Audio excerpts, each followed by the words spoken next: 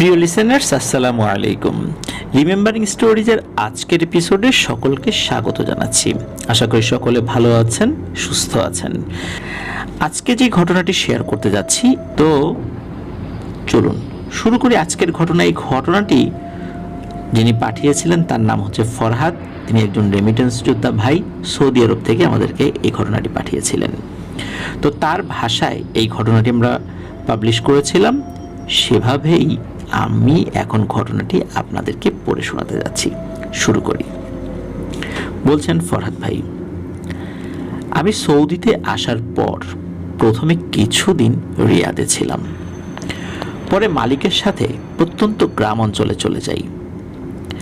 রিয়াদ থেকে বের হয়ে ওই গ্রাম অঞ্চলে যেতে 100 কিলোমিটার পথ পাড়ি দেওয়ার পর শুরু হয় ধু ধু মরুভূমি।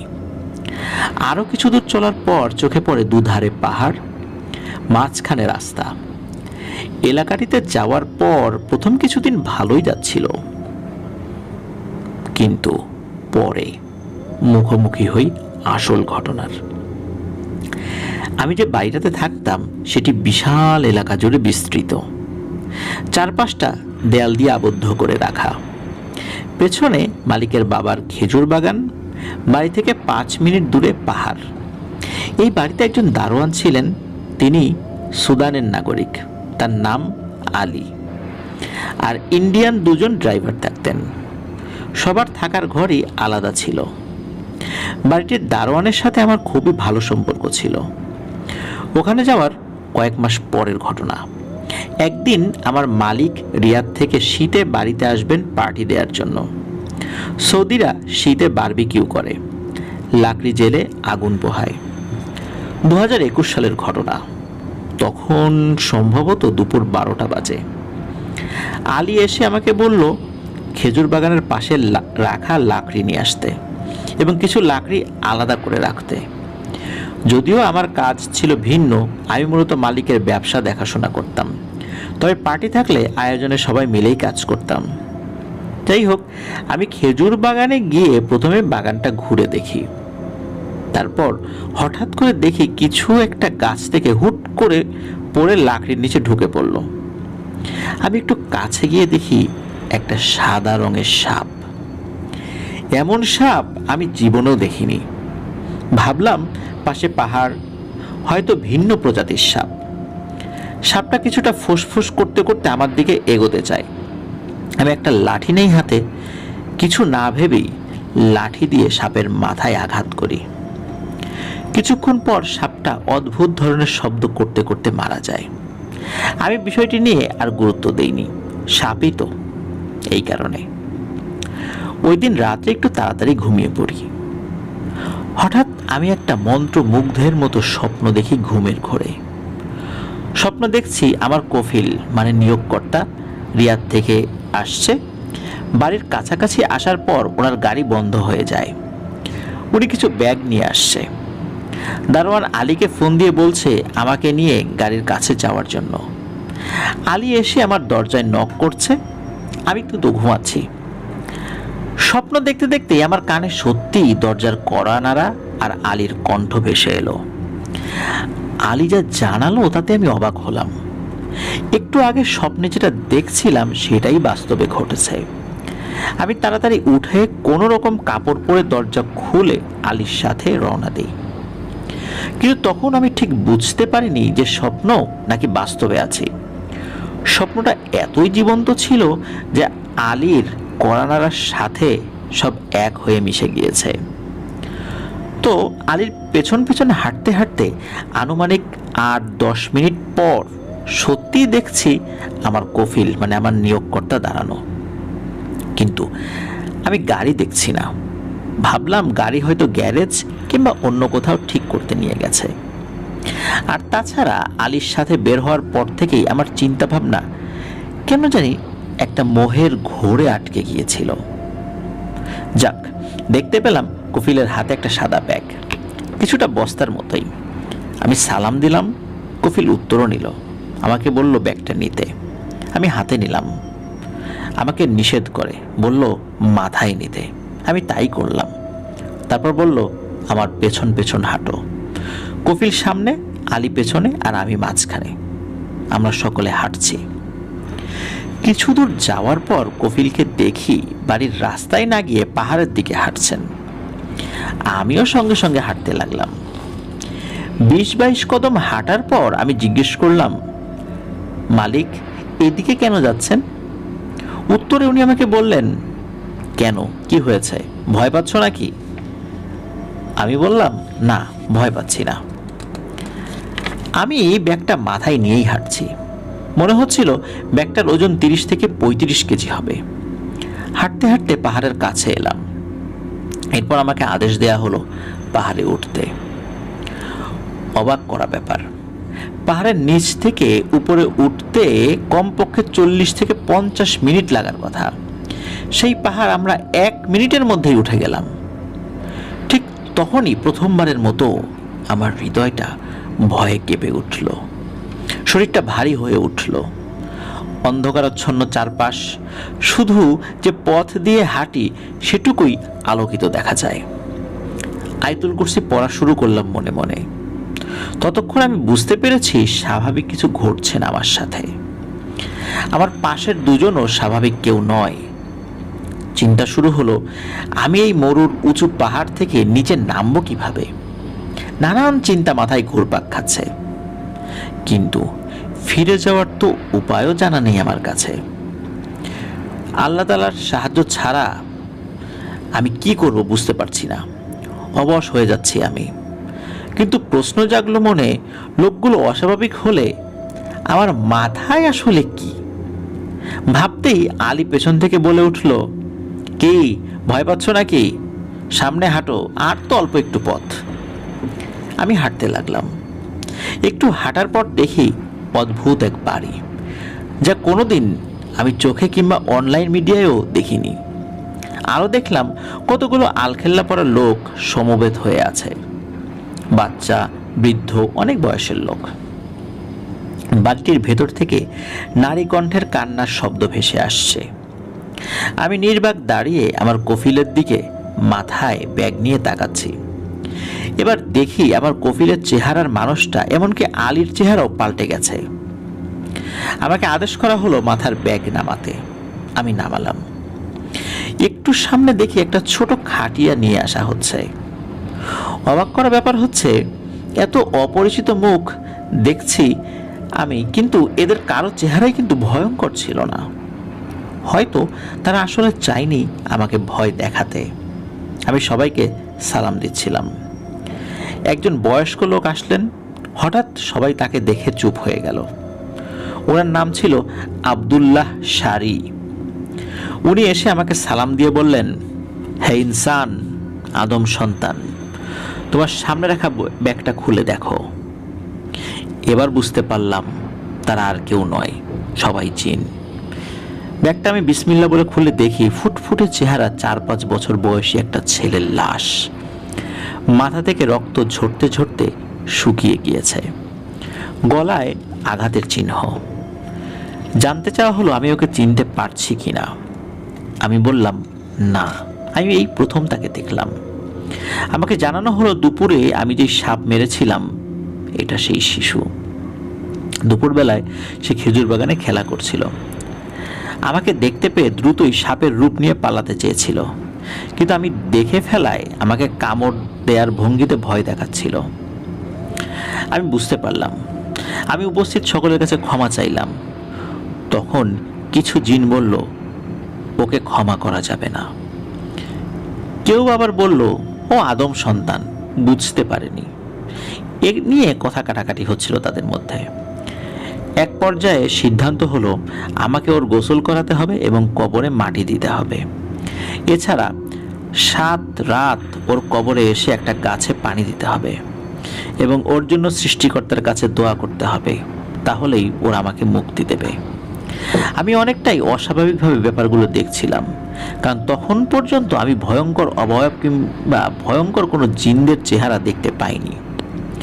কথা কাটাকাটির এক পর্যায়ে বয়স্ক জিনটি বলল বাচ্চাটিকে গোসল করাতে। বাচ্চাটির নাম ছিল নাসাব বিন মিশাইল।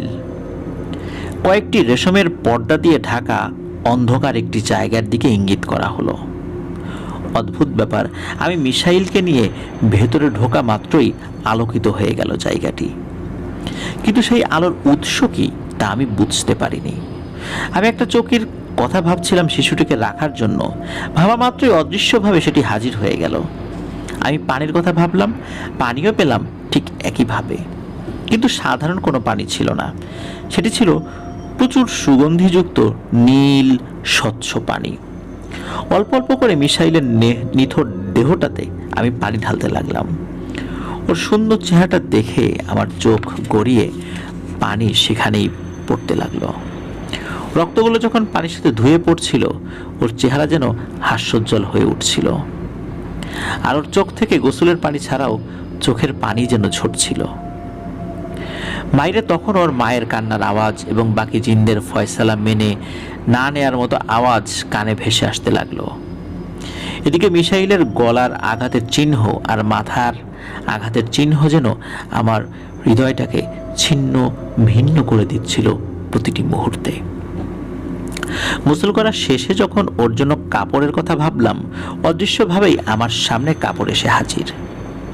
আমি কাপড় ওর গায়ে জড়ানোর সময় হঠাৎ মিসাইলের আওয়াজ শুনতে পাই। আমার নাম ধরে বলছে, আমি তোমাকে অনেক পছন্দ করতাম, তুমি আমাকেই নিজের হাতে হত্যা করেছ। তুমি যখন মসজিদে যেতে তখন তোমার পাশে আমিও নামাজ পড়তাম। তোমার মনে আছে কি, তুমি কিছু বাচ্চার সাথে জুম্মার পর কথা বলতে, হাত মিলাতে, আমিও ছিলাম সেই বাচ্চাদের মধ্যে, তুমি চিনতে না। এরকম গায়েবী আওয়াজ হঠাৎ করে আমার কানে ভেসে আসে। আসলে মিসাইল তো মারা গেছে, বুঝতে পারলাম না এই আওয়াজ তাহলে কে করছিল। এটা সত্য যে এই অভ্যাস আমার ছিল। অ্যারাবিয়ান বাচ্চাদের খুব পছন্দ করতাম, ওদের সাথে নামাজের পর খুনসুটি করতাম।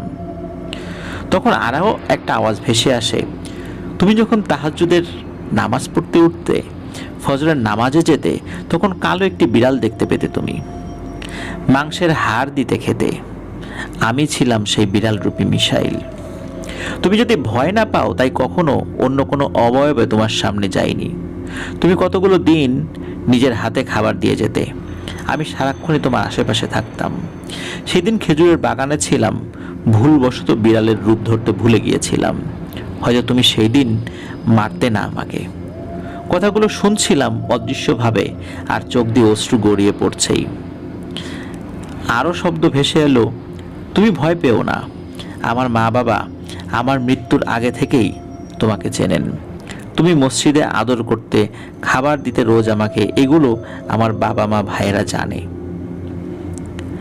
এই কথাগুলো আমি যেভাবে শুনছিলাম তাতে স্পষ্ট মনে হলো অন্য কোনো জিন এই স্মৃতিচারণামূলক কথা আমাকে শোনাচ্ছে।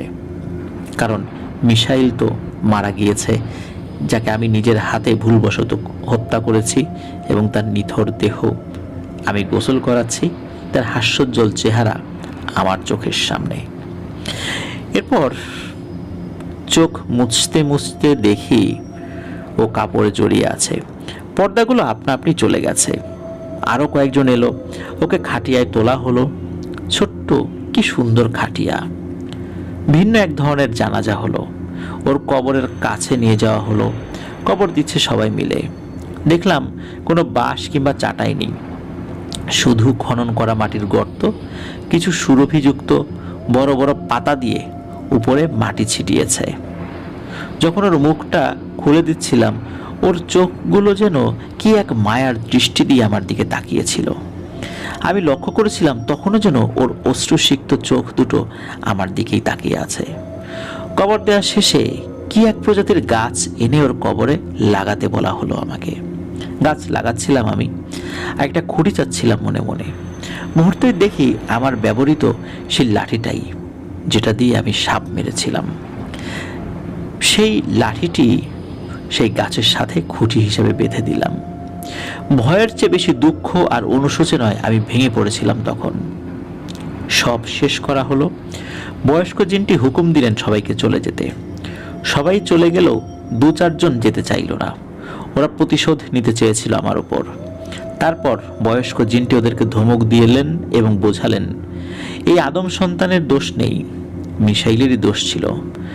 মানুষের সামনে এভাবে যাওয়াটা জিন্দেরই অন্যায়। ও ছোট, বুঝতে পারেনি, আর আদম সন্তান, ওরা তো বুঝবে না, এটাই স্বাভাবিক। এসব কথা শুনে এক পর্যায়ে ওরাও চলে গেল। আমাকে একটা চেয়ার দেওয়া হলো, সামনে অনেকগুলো খাবার দেওয়া হলো। আমি হালকা কিছু খেলাম। মিশাইলের মা আসলো, পর্দায় ঢাকা একজন মহিলা। ইশারায় সালাম দিয়ে বলল, আমি হাফসা, মিশাইলের মা। তুমি আমার সন্তানকে হত্যা করেছ। তোমাকে আমি কঠিন বিচারের সম্মুখীন করতে পারতাম, কিন্তু ওর বাবা এবং আমি এটা করিনি। বিচারক আমরা নই, আমরাও বিচারের ঊর্ধ্বে নই। শেষ বিচার সবার হবে। আমি যতক্ষণ দেখছিলাম আর শুনছিলাম ততই মুগ্ধ হচ্ছিলাম। এরপর হাফসাও চলে গেলেন। বয়স্ক জিনটি হুকুম দিলেন সুফিয়ান নামের একজনকে আমাকে সসম্মান একটি উটের পিঠে করে বাড়ির সামনে নিয়ে নামিয়ে দিতে। সুঠামদেহী আলখেল্লা আর সৈন্য সাজে সুফিয়ান আমাকে উটের পিঠে বসিয়ে মুহূর্তের মধ্যেই পাহাড় থেকে নিচে নামলো। আমি ওনার সামনে এমনভাবে বসলাম একজন মানুষের কোলে ছোট্ট বাচ্চারা যেমনটা থাকে। সুফিয়ান আমাকে বাড়ির সামনে নামিয়ে সালাম বিনিময় আর মুসাফা করে বিদায় নিল। আমি বাড়ির গেটে এসে আশেপাশে কাউকেই দেখি না। মসজিদ থেকে তখন ফজরের আজান ভেসে আসে। চারপাশে সবই স্বাভাবিক। আমি ঘরে না গিয়ে সোজা ফজর আদায় করতে মসজিদে চলে যাই। অজু করে সুন্নত আদায় করি 2 রাকাত।